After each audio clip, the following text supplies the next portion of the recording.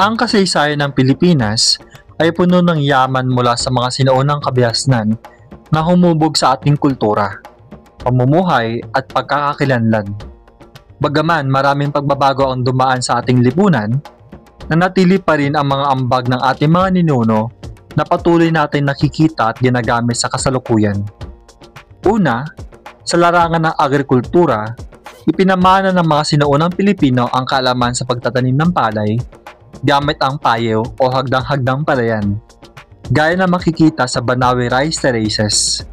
Ang sistemang ito ay hindi lamang nagpapakita ng galing sa enhinyera, kundi pati ng pagpapahalaga sa kalikasan at tamang paggamit ng lupa. Hanggang ngayon, ang kaalamang ito ay ginagamit pa rin sa ilang komunidad upang mapanatili ang ani at kabuhayan. Pangalawa, sa wika at panitikan.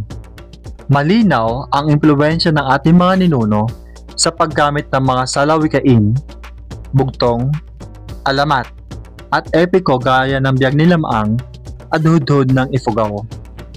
Bukod sa pagiging libangan noon, ito'y nagsilbing paraan ng pagpapasa ng karunungan, pagpapahalaga sa kabutihang asal, at pagpapalalim ng ating pagka-Pilipino.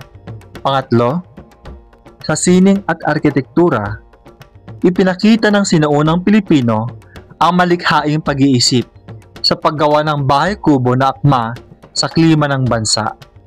Mataas mula sa lupa, gawa sa kawayan at nipa, at may natural na ventilasyon, pati ang masalimuot na disenyo ng mga habing tela gaya ng tinalak at inabel ay patunay ng kahusayan sa sining na patuloy pa rin iginagalang at ginagawa ngayon.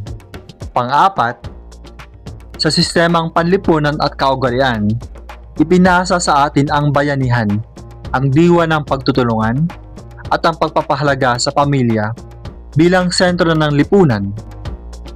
Sa kabila ng modernisasyon, nananatiling mahalaga ang mga halagang ito sa ating pang-araw-araw na buhay. Sa kabuuan, ang kontribusyon ng mga sinuunang Pilipino ay hindi lamang nakikita sa pisikal na bagay tulad ng palayan, bahay o habing tela. Ito'y nakatanim sa ating mga ugali, tradisyon at paraan ng pamumuhay.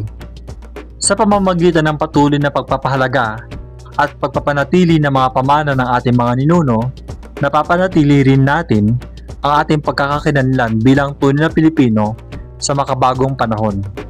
Maraming salamat po sa panonood. Huwag kalilimutang i-like ang video at mag-subscribe sa ating YouTube channel. Thank you!